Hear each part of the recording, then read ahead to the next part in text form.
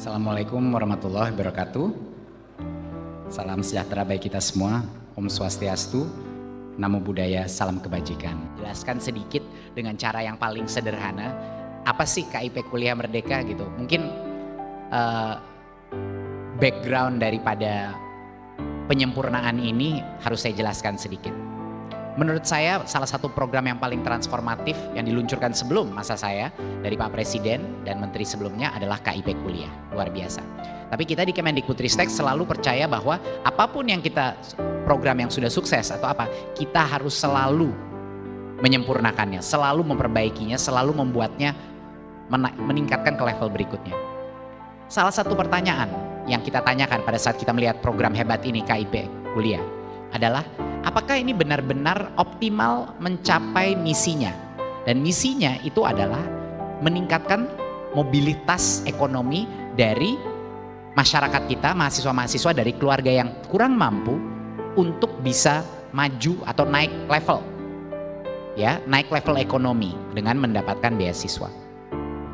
Yang kita sadari adalah kita bingung, kenapa ini anak-anak KIP Kuliah sangat sedikit yang diterima di program-program akreditasi A, B, sangat sedikit diterima di dalam fakultas-fakultas yang lebih mahal dengan kualitas yang kadang-kadang lebih baik juga.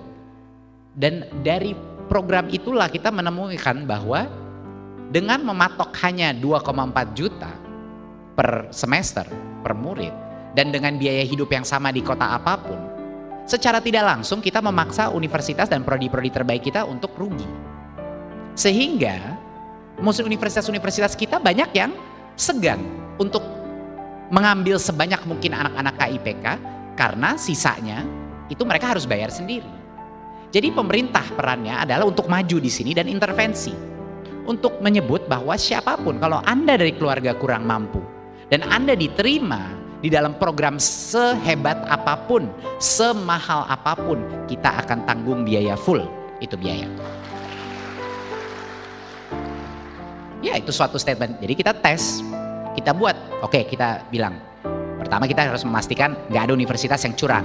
Ada beberapa universitas yang tiba-tiba UKT-nya dinaikin untuk mendapat itu nggak boleh, kita terlalu pintar untuk itu ya. Tapi itu yang pertama kita peringati. Tapi setelah itu kita menemukan apa? Tadi angka yang Bu Harti bilang itu kedengerannya kecil. Dari dulu rasio yang prodi A itu 20%, dengan perubahan ini sekarang 23%. Tapi kalau kita hitung itu dari base absolut, kalau 20% itu 100%, itu artinya anak-anak kurang mampu yang masuk ke prodi A meningkat dari base awal 15%. Itu dalam semester pertama. Itu terjadi. Kedepannya kita menginginkan KIPK Merdeka ini, versi kedua daripada KIPK, benar-benar memenuhi misinya untuk anak-anak kurang mampu naik sosial mobilitas. Yang kita tidak inginkan adalah kita semua senang-senang bahwa banyak anak masuk kuliah, tapi giliran mereka masuk program-program yang mungkin gak semuanya berkualitas, mereka lulus dapat S1, tetapi nanti ujung-ujungnya gajinya sama lulusan SMA. Berarti siapa yang rugi dalam situasi itu? Pemerintah rugi, mahasiswanya rugi, karena dia 4 tahun tidak bekerja tapi tidak mendapatkan economic value daripada degree-nya dia. Jadi inilah yang mau kita lakukan, pastikan setiap kali kita mengeluarkan bantuan untuk masyarakat bahwa misi awalnya itu tercapai, bahwa dia naik kelas, dia naik banding, itu anak yang tadinya dari keluarga miskin bisa benar-benar sukses dan bisa mendukung kampungnya dia, keluarganya dia di masa depan. Itu harapan besar daripada KIPK Merdeka.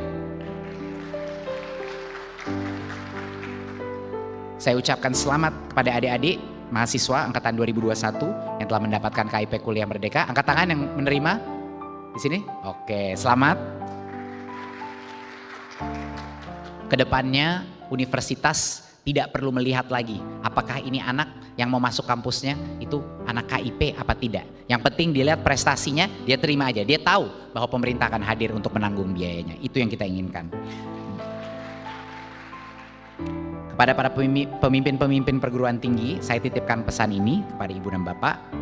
Akan ada lebih banyak lagi calon-calon mahasiswa terbaik berkuliah dengan adanya KIPK Merdeka yang sebenarnya itu need blind, ya, membuat Anda semuanya need blind. Saya yakin kita akan menemukan mutiara-mutiara dari berbagai daerah di Indonesia yang kurang mampu memang keluarganya, tapi potensi mereka tidak bisa terbendung. Terima kasih. Wassalamualaikum warahmatullahi wabarakatuh. Om Shanti Shanti Shanti Om. Namo Buddhaya.